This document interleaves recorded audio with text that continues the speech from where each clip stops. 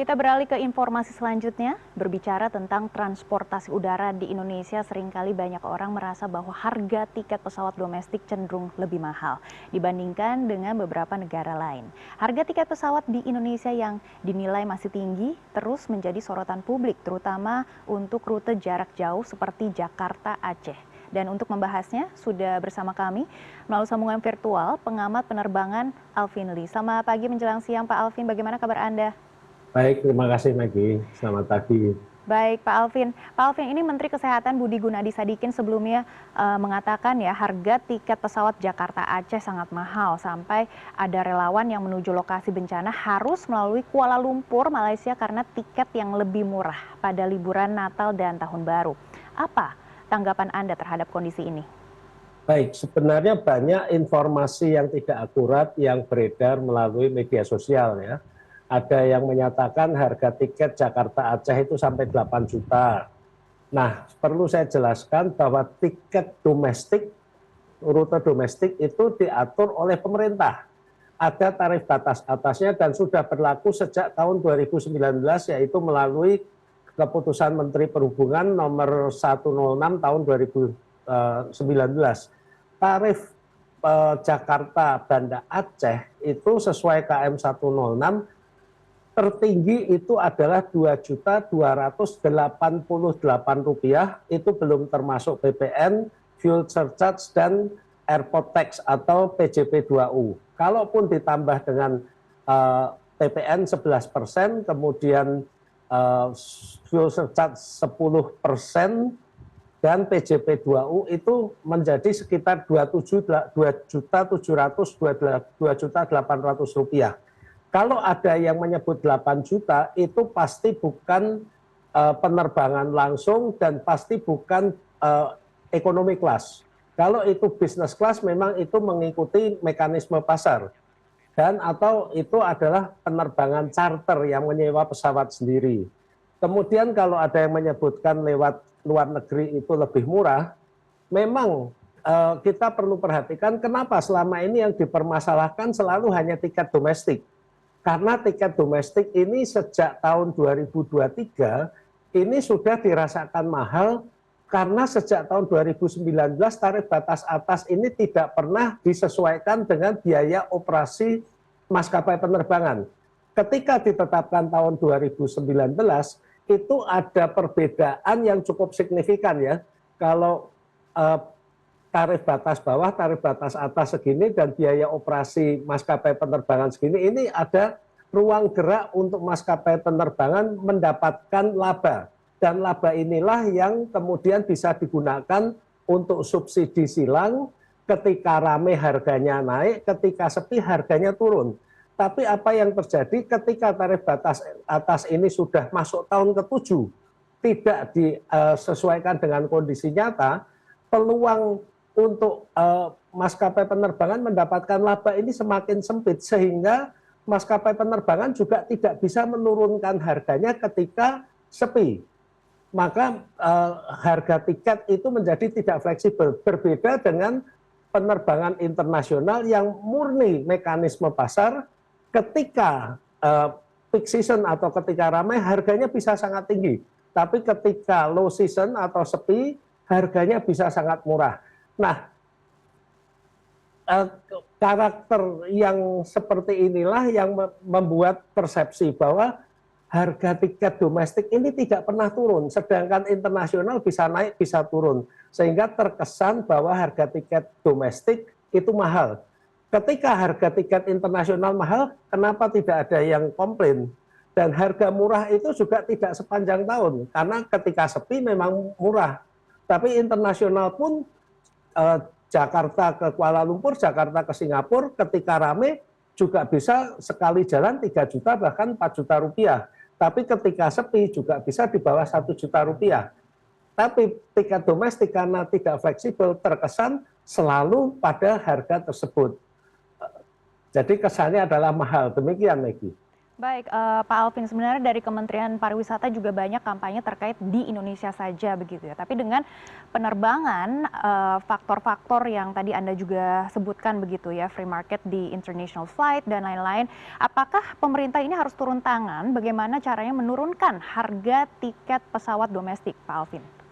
Iya, untuk harga tiket domestik itu kalau pemerintah menginginkan harganya bisa fleksibel seperti harga tiket internasional, tentunya tarif batas atas dan tarif batas bawah ini dimutakhirkan dengan kondisi nyata saat ini. Sehingga maskapai penerbangan itu bisa mempunyai peluang meraih laba yang wajar, sehingga juga bisa menurunkan harga tiket ketika sepi. Kemudian juga jangan lupa bahwa untuk harga tiket untuk penerbangan di dalam negeri itu afturnya kena PPN, harga tiketnya kena PPN. Sedangkan untuk penerbangan ke luar negeri afturnya tidak kena PPN dan tiketnya tidak kena PPN. Unsur itu saja sudah membuat perbedaan yang signifikan antara harga tiket domestik dengan tiket internasional.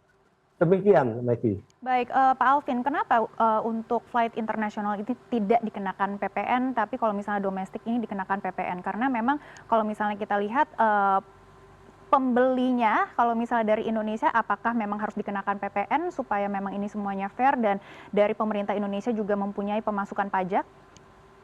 Iya, kenapa harga tiket ke luar negeri tidak kena PPN dan aftur untuk pesawat yang ke luar negeri, baik itu pesawat asing maupun pesawat Indonesia, jika rutenya ke luar negeri, itu afturnya nggak kena PPN. Kenapa? Karena di negara-negara lain tidak ada yang mengenakan PPN untuk aftur maupun untuk harga tiket. Nah, kalau Indonesia mengenakan PPN untuk penerbangan internasional, itu akan diprotes oleh negara-negara lain dan sangat mungkin maskapai negara lain juga tidak mau terbang ke Indonesia. Yang benar adalah seharusnya pemerintah menghapus PPN untuk harga tiket maupun aftur penerbangan domestik agar Indonesia ini juga bisa bersaing dengan negara-negara lain. Perlu diingat bahwa penerbangan ini adalah satu-satunya moda transportasi publik yang mana harga tiketnya dikenakan PPN. Kita naik kereta api yang paling mewah saja, yang kereta api wisata misalnya, harga tiketnya lebih mahal daripada harga tiket pesawat, tidak kena PPN. Kita naik bus yang paling mewah, yang sleeper bus itu, yang harga tiketnya juga setara dengan harga tiket pesawat, itu juga tidak kena PPN. Kenapa penerbangan ini masih dikenakan PPN? Kenapa pemerintah masih beranggapan bahwa yang terbang ini hanya orang yang punya duit, bahwa terbang ini kemewahan? Jangan lupa Indonesia ini adalah negara kepulauan di mana transportasi udara ini adalah kebutuhan untuk kegiatan sosial, untuk kegiatan ekonomi, untuk kegiatan pemerintahan, itu diperlukan transportasi udara. Demikian, Maggie. Baik, Pak Alvin, apakah Anda bisa menjelaskan ataupun menjabarkan lagi PPN-nya ini? Tadi Anda menyebut PPN untuk tiket dan PPN untuk aktur begitu ya. Jadi total apakah 11% atau 22% ya, Pak? Iya, untuk aftur itu tentunya tidak langsung, afturnya 11%, tapi kan dari harga aftur. Nah, komponen biaya aftur itu pada umumnya ada yang lebih, ada yang kurang. Saya mengambil garis tengah saja, kurang lebih 35% dari biaya operasi penerbangan. Jadi kalau 35% itu diambil 11%, itu hampir 15% begitu ya totalnya, Pak Alvin? Iya, Kira-kira betul. lebih mahal 15%-an dari kalau misalnya kita beli dari website luar negeri begitu ya mungkin. Kalau misalnya kita Beli dari website luar negeri pun kalau untuk tiket domestik tetap kena PPN. baik. Karena yang dikenakan PPN adalah maskapai penerbangannya. Baik, jadi memang solusinya ini PPN-nya untuk tiket dan aftur ini dihilangkan begitu ya masukan dari Anda. Benar. Mungkin terakhir, Pak Alvin, selain PPN ini, apakah ada masukan lain supaya harga tiket domestik ini bisa lebih rendah? Dan tadi ada juga menyebut ini adalah transportasi utama ya sebenarnya untuk masyarakat Indonesia. Baik, saya akan memberikan sedikit statistik ya. Untuk periode Natal Tahun Baru kemarin, ini jumlah penumpang dalam negeri ini justru turun dibanding tahun 2024. Aneh kan? Padahal untuk periode 18 Desember sampai dengan 10 Januari itu pemerintah memaksa harga tiket turun 13-14%. Tapi jumlah penumpangnya justru turun sekitar 1%, 0,9 sekian persen. Sedangkan untuk penerbangan ke luar negeri yang harga tiketnya tidak diatur dan tentunya menjelang akhir tahun ini harga tiket ke luar negeri pasti naik, itu justru jumlah penumpangnya naik 6,22%. Bayangkan dari minus 1% dibanding plus 6,22%. Ini menunjukkan apa? Bahwa satu, masyarakat kita ketika punya kepentingan, punya kemauan pergi ke luar negeri, ya mereka pergi aja. Sedangkan ke dalam negeri kenapa turun? Karena tidak ada promosi wilayah-wilayah wisata di dalam negeri, dan berwisata di dalam negeri juga tidak murah. Kita mau ke Bali juga tidak murah. Bukan hanya tiketnya, hotelnya juga mahal, biaya hidupnya juga mahal. Dan jangan lupa bahwa pariwisata itu tidak hanya penerbangan, tapi daya tarik wisata, hotel, dan sebagainya. Kenapa harga tiket pesawat ini diatur sedemikian ketat oleh pemerintah? Harga hotel sama sekali tidak ada standarnya dan tidak diatur oleh pemerintah. Demikian. Baik, kami akan terus memantau apa saja solusi dan juga strategi dari pemerintah untuk menekan harga tiket pesawat domestik. Terima kasih Pak Alvin Lee sudah bergabung bersama kami di CNN Indonesia Business. Terima kasih, selamat pagi.